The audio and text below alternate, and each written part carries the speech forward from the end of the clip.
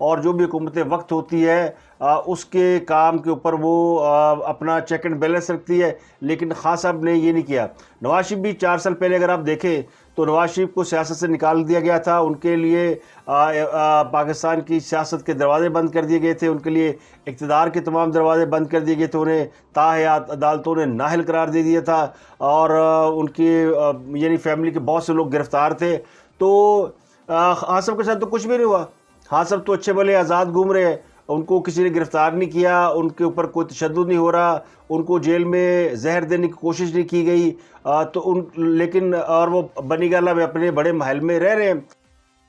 لیکن دوسری طرف اگر آپ دیکھیں تو وہ اس طرح کی جدوجہد کہہ رہے ہیں جیسے ان کے ساتھ بہت بڑا ظلم ہو گیا ہے، اور ان سے اقتدار کا ہاتھ سے چلے جانا ان کے نزدیک زندگی اور موت کا مسئلہ بن گیا ہے، اور انہوں نے پاکستان کی سالمیت کو داؤ لگا دیا ہے۔ جب وہ وزیر اعظم تھے تو انہوں نے پاکستان کی معیشت کو داؤ پہ لگا دیا تھا، اور اپنی بد زبانی کی وجہ سے انہوں نے پاکستان کے دنیا کے ساتھ تعلقات خراب کیے، اور اس کا ذکر آج شہباز شریف صاحب نے گارجین کو انٹرویو دیتے ہوئے بھی کیا، اور انہوں نے بتایا کہ کس طرح عمران خان صاحب نے بیرونی دنیا کے ساتھ اپنے رویے کی وجہ سے دوست ممالک کو ناراض کیا، اور پھر انہوں نے اب اقتدار سے محرومی کی وجہ سے وہ معاشرے کے اندر زہر گھول رہے ہیں۔ تو یہ رائے ہے ملک کے وزیر اعظم کی اس وقت کے اپوزیشن لیڈر کے حوالے سے، اور یہ رائے اب تیزی سے عام عوام میں بھی پھیل رہی ہے، بڑھ رہی ہے۔ کل ایک آڈیو لیکس کے بارے میں بھی کچھ لوگوں نے ویلاگس کیے، اور یہ کہا کہ وہ بہت خطرناک آڈیو لیکس تھی، اور میں نے بھی اس کو جا کے سرچ کیا، لیکن وہ چونکہ مجھے ہیکر کا اکاؤنٹ جو ہے وہ نہیں ملا، اور بعد میں پتہ چلا جی ہیکر نے وہ ٹویٹ کرنے کے بعد اکاؤنٹ ڈیلیٹ کر دیا۔ تو جتنی باتیں اس میں تھیں اگر آپ اس کو غور کریں تو آپ بہت سے لوگوں نے ویلاگ کیے ہیں، اور اس کا لب لباب یہ کہ خان صاحب کس حد تک جا سکتے ہیں کہ وہ عامر لیاقت کے قتل میں ان کا نام لیا گیا، اس کے علاوہ وہ ان کی اہلیہ کی خواہش تھی، اور خود خان صاحب کی بھی تھی کہ نواز شریف مر کر جیل سے باہر نکلے، ان کی لاش باہر آنی چاہیے۔ تو اس قسم کے خیالات اور بھی بڑی ویڈیوز آڈیو لیکس ہیں جن کو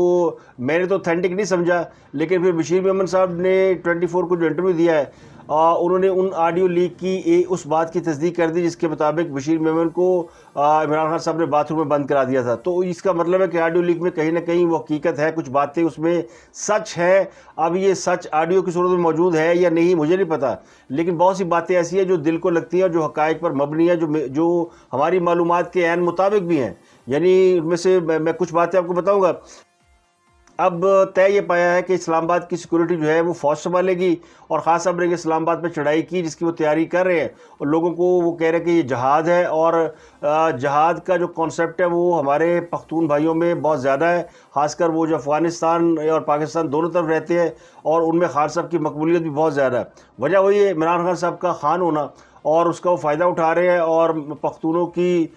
جو ایک روایات ہے اس کو وہ انہوں نے آزمائش میں ڈال دیا ہے، اور پختون جب کسی چیز کی ٹھان لیتے ہیں تو ظاہر ہے وہ پھر پیچھے نہیں ہٹتے۔ اگر افغانستان کو آپ دیکھیں تو افغانستان نے اسامہ بن لادن کو مہمان رکھا تھا، اور امریکہ کے مطالبے پر انہیں امریکہ کو نہیں دیا تھا، تو ایک طویل جنگ انہیں لڑنا پڑی۔ تو پھر افغانیوں کی، پختونوں کی، پشتونوں کی، یہ سب جو ہے غیرت اور حمیت کے نام پر کچھ بھی کر سکتے ہیں۔ ان کو اس بات کی ترغیب دینا کہ یہ جہاد ہے، یہ مسلح جد و جہد کا یقینی طور پر آغاز ہے،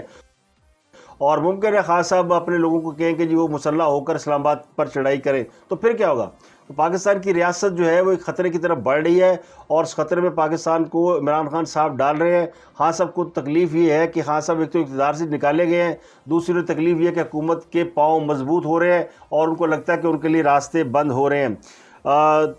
تو یہ بات یہ ختم نہیں ہوتی، بلکہ خان صاحب حالانکہ جمہوری طور پر انہیں ایک جمہوری رہنما سمجھا جاتا ہے، لیکن ان کے جو اس وقت ایکشنز ہیں وہ جمہوری رہنما والے نہیں ہیں۔ اور اب جو 16 اکتوبر کو الیکشن ہونا ہے اس کے حوالے سے بھی بہت سے خطرات پیدا ہو گئے۔ سیکٹری الیکشن کمیشن نے وزارت دفاع کو لیٹر لکھ دیا اور بتایا کہ 16 اکتوبر کو بہت سے علاقوں میں الیکشن ہونے ہیں. قومی اسمبلی کے 9 اور صوبائی اسمبلی کے 3 حلقے ہیں جہاں الیکشن ہونے ہیں. تو ان تمام حلقوں میں جو سیاسی لیڈر ہیں وہ لوگوں کو اکسا رہے ہیں, ان نفرت اور تشدد کی باتیں کر رہے ہیں. تو خطرہ ہے ان سب علاقوں میں وائلنس کا. تو اس لیے فوج اور ایف سی اور رینجر ان کو تیار رکھا جائے. اگر الیکشن ہوتے, اگر تو لفظ استعمال نہیں کیا, لیکن مجھے لگتا ہے کہ الیکشن نہیں ہوں گے. لیکن الیکشن کمیشن نے بہرحال ان اداروں سے درخواست کیا کہ وہ ان علاقوں میں یعنی 15 سے 17 تک, جب الیکشن 16 کو ہے تو 15 سے 17 اکتوبر تک ان علاقوں میں فوج, رینجر اور ایف سی لگائی جائے. تو اس قدر ڈینجرس یعنی حالات ہیں. جیسے اب خان صاحب نے جو کل کیا پشاور میں, اس کے بعد تو اس کے بعد کا امکان ہے کہ کہیں نہ کہیں وائلنس کی علامات سامنے آنا شروع ہو جائے. تو خان صاحب نے بنیادی طور پہ تشدد کی بنیاد رکھ دی ہے. وہ جو کہتے ہیں جی میں پرامن رہوں گا, اور پچھلا دھرنا 25 مئی کو جب انہوں نے کال آف کیا تھا تو وہ کہتے تھے کہ میرے لوگوں کے پاس اسلحہ تھا تو میں اس لیے واپس چلا گیا کہیں خونی تصادم نہ ہو جائے. تو اس بار تو باقاعدہ اس کی تیاری کر رہے ہیں, اور وہ شاید اس لیے کہتے ہیں کہ ہم سرپرائز دیں گے اور رانا صلی اللہ کو پتہ نہیں کہ ہم کیا کریں گے, اور وہ بتانا یہ چاہ رہے ہیں کہ شاید وہ بھی مسلح ہو کر آئیں گے. تو یہ پاکستان کی کیپٹل کو بہت سے خطرات پیدا ہو گئے. اس کے علاوہ آڈیو لیک کے معاملے پر حکومت نے کمیٹی بنا دی ہے. وزیر داخلہ رانا صلی اللہ اس کی سربراہی کریں گے. 12 رکنی کمیٹی ہے, اور یہ سائبر سیکورٹی کی خلاف ورزی کے معاملے پر کی تحقیقات کرے گی. اس کمیٹی میں D G I S I اور ڈی جی آئی بھی شامل ہیں. نوٹیفیکیشن کے مطابق 12 رکنی کمیٹی میں کچھ وفاقی وزراء بھی شامل ہیں, جن میں شہری رحمان, اعظم نذیر تارڑ, اسد محمود اور امین الحق شامل ہیں. یہ بھی کہا گیا کمیٹی میں ڈی جی آئی ایس آئی کی نمائندگی ان کا نامزد نمائندہ بھی کر سکتا ہے, اور یہ 7 دن میں کمیٹی تحقیقات مکمل کرے گی. اور نوٹیفیکیشن کے مطابق کمیٹی وزیراعظم ہاؤس میں موجود سیکورٹی پروٹوکول ای سیفٹی نظام کا جائزہ لے گی, اور فول پروف سیکورٹی اور ڈیجیٹل ایکو سسٹم کو بھی یقینی بنائے گی. تو تحریک انصاف کا لانگ مارچ کے دوران اسلام آباد کی سیکورٹی کا جو معاملہ ہے وہ پاک فوج کو دینے کا فیصلہ کیا گیا ہے. رانا صلی اللہ کی زیر صدارت یہ اجلاس ہوا, جس میں کمانڈنٹ ایف سی, سیکرٹری داخلہ آئی G Islamabad, commandant ranger, D G operation, deputy commissioner Islamabad اور سیکورٹی ایجنسیز یہ سب شریک ہوئے, اور ممکنہ لانگ مارچ کے حوالے سے پلان کیا گیا. اور بریفنگ میں بتایا گیا کہ پی ٹی آئی کے جو لانگ مارچ ہے اس کے شرکاء کی تعداد 15 سے 20 ہزار ہو سکتی ہے. تو ریڈ زون کی عمارتوں کے علاوہ ڈپلومیٹک انکلیو, اس میں پاک فوج جو ہے وہ آئین کے آرٹیکل 245 کے تحت تعینات کی جائے گی, اور کسی صورت میں بھی جو لانگ مارچ کے شرکاء ہیں ان کو اسلام آباد میں داخل نہیں ہونے دیا جائے گا. اس کے علاوہ اگر کوئی ان کی مالی معاونت کرے گا یا کوئی ان کی سہولت کاری کرے گا تو ان کو لاجسٹک یا کوئی اور امداد کرے گا, ان کے خلاف بھی ایکشن لیا جائے گا. اس کے علاوہ لانگ مارچ میں جو اسلحہ رکھنے پہ پابندی ہے, اور پولیس کی جو بھاری نفری ہے اس کو تعینات کیا جائے گا. سندھ پولیس کی بھی خدمات حاصل کی گئی ہے. تو سندھ پولیس, اسلام آباد پولیس, رینجر اور ایف سی مل کے خان صاحب کا لانگ مارچ جو ہے وہ روکیں گے. اب جس طرح حکومت تیاری کرے اس سے تو لگتا ہے خان صاحب 16 اکتوبر سے پہلے لانگ مارچ کریں گے, جبکہ میری اطلاع یہ کہ خان صاحب کا لانگ مارچ ابھی خاصی دور ہے, اور یہ 16 اکتوبر سے پہلے لانگ مارچ نہیں کریں گے. 16 اکتوبر کو الیکشن اگر ہو گیا تو پھر خان صاحب جو ہے وہ الیکشن لڑیں گے, اور اس کے بعد پھر جو ہے وہ جائیں گے, یعنی اسلام آباد کی طرف چڑھائی کریں گے. کل ایک بڑا اہم موضوع تھا, وہ تھا آرٹیکل 62(1)(f) کے حوالے سے, جس کو چیف جسٹس عمر عطا بندیال نے ڈریکونین لا قرار دیا, اور انہوں نے کہا کہ تاحیات نااہلی کا جو کیس ہے اس کو ہم محتاط ہو کے سنیں گے. یہ کالا قانون ہے. فیصل واڈا کے کیس میں چیف جسٹس عمر عطا بندیال کے ریمارکس کے اوپر بڑی بحث جاری ہے, جس میں انہوں نے آرٹیکل 62(1)(f) کو ڈریکونین لا قرار دیا ہے. اور اس کے حوالے سے تحریک انصاف کے رہنما فواز چودھری نے بھی یہ کہا کہ یہ ڈریکونین لا ہے, اس کو ختم ہونا چاہیے. کل اس کے حوالے سے پیپلز پارٹی نے سینٹ کے اندر قرارداد پیش کی تھی, یعنی اس کے 62(1)(f) کے بل میں ترمیم کا بل پیش کیا گیا تھا. تو اب یہ لگتا ہی ہو کہ یہ ہے نواز شریف صاحب کی نااہلی کے حوالے سے. آرٹیکل 62(1)(f) کے تحت ہی نواز شریف کو تاحیات نااہل قرار دیا گیا تھا. تو اس کو چیف جسٹس عمر عطا بندیال صاحب نے اس کو ڈریکونین لا قرار دیا. اب یہ وہی بینچ ہے جس میں میرا خیال ہے عمر عطا بندیال صاحب خود بھی شامل تھے جب نواز شریف صاحب کو نااہل کیا گیا تھا, سزا سنائی گئی تھی. تو اس وقت اس کے حوالے سے یعنی کوئی اعتراض نہیں کیا گیا تھا, اس کو صحیح قانون سمجھا گیا تھا. یہ پچھلے 40 سال سے پاکستان کے آئین میں قانون شامل ہے, لیکن اب عدالتوں نے اپنے فیصلے اور اپنی غلطی مان ماننے کی بجائے قانون پر ہی اعتراض شروع کر دیا، یعنی قانون ہی غلط ہے۔ جب یعنی اس کا مطلب یہ کہ عدالتیں جب چاہیں وہ اپنے فیصلوں کو صحیح ثابت کرنے کے لیے قانون تبدیل کر سکتی ہے، لیکن اپنے فیصلوں پر، اپنی غلطیوں پر نہ شرمندہ ہونے کی کوئی روایت ہے، نہ اس کے اوپر نظر ثانی کی جا رہی ہے۔ اگر اسی کیس میں تاحیات نہلی والے معاملے میں، ویسے تو آرٹیکل 1F کے تحت قانون میں کہیں نہیں لکھا آئین میں کہ اس کی سزا تاحیات نہلی ہے، ڈسکوالیفیکیشن ہے، لیکن تاحیات نہلی کا فیصلہ سپریم کورٹ نے انٹرپریٹیشن کی تھی، اور یہ انٹرپریٹیشن کرنے والے اب یہ سمجھتے ہیں کہ قانون ہی غلط ہے، تو یہ قانون اب بدل دینا چاہیے۔ تو اس پر بحث چل رہی ہے، اور کہنے والے کہتے ہیں کہ اس معاملے میں اب عدلیہ، نواز شریف اور تحریک انصاف یہ ایک ہی پیج پر آ گئے ہیں، اور اس کا مطلب ہے کہ یہ کہیں لیول پلینگ فیلڈ کی طرف معاملہ جا رہا ہے۔ حالانکہ لیول پلینگ فیلڈ وہاں پہ ہوتی ہے جہاں پہ کسی کو دیوار سے نہ لگایا گیا ہو یا اس کو سزا نہ دی جا چکی ہو۔ ایک کیس کی جو سزا بھگت چکا ہے یا بھگت رہا ہے، اس کا مقابلہ اس سے نہیں کیا جا سکتا جس کے اوپر اس کا اطلاق ہونے کا امکان ہے۔ آرٹیکل 62(1)(f) کا جو تلوار ہے وہ لٹک رہی ہے عمران خان صاحب کے اوپر، تو اب عدالتیں ان کو تحفظ دینے کے لیے آئین کی شک کو ہی ختم کر دینا چاہتی ہے۔ حالانکہ آسان طریقہ ہے کہ جس بینچ نے نواز شریف صاحب کو سزا دی تھی اس سے بڑا بینچ بنا کر دوبارہ اس کیس کو سنا جائے، اور اس آرٹیکل 62(1)(f) کے تحت جو تاحیات نہلی والی جو کنڈیشن یا تشریح عدالت نے کی ہے اس کے اوپر اس کو نظر ثانی کر لی جائے، وہ ختم کر دی جائے۔ قانون اپنی جگہ موجود ہے، اور قانون کا موجود ہونا اس بات کی نشاندہی کرتا ہے کہ یہ قانون جو ہے یا ان جنہوں نے بنایا تھا بڑا سوچ سمجھ کے بنایا تھا۔ اگر آرٹیکل 62(1)(f) نہ ہو تو کوئی بھی چور ڈاکو جو ہے وہ جا سکتا ہے، اسمبلیوں کا ممبر بن سکتا ہے، لیکن یہ مسئلہ یہ کہ لوگوں کو محض الزامات کی وجہ سے جب وہ آرٹیکل 62(1)(f) کے تحت اہل ہو کر اسمبلیوں میں جاتے ہیں تو ان کو چور اور ڈاکو کہہ کر ان کو ڈسکوالیفائی کرانے کی کوشش کی جاتی ہے۔ تو کسی بھی شریف آدمی کو، نیک آدمی کو آپ چور ڈاکو قرار دیں اور پھر کہیں یہ قانون غلط تھا جس کے تحت اس کو چور اور ڈاکو قرار دیا گیا، تو شریف آدمی مان جائے گا کہ جناب ٹھیک ہے مینو واپس کر دیو۔ تو مسئلہ ہے نواز شریف کی تاحیات نہلی کا، تو عدالتوں نے یہ داغ بھی ختم کرنا ہے اور اپنے اوپر یہ الزام بھی نہیں آنے دینا کہ وہ شرمندہ ہیں یا انہوں نے غلط فیصلے کیے۔ تو عدلیہ اپنے گندے کپڑے دھو رہی ہے، لیکن وہ اپنے گندے کپڑے جو ہے وہ کسی اور کی واشنگ مشین میں دھونے کی کوشش کر رہی ہے۔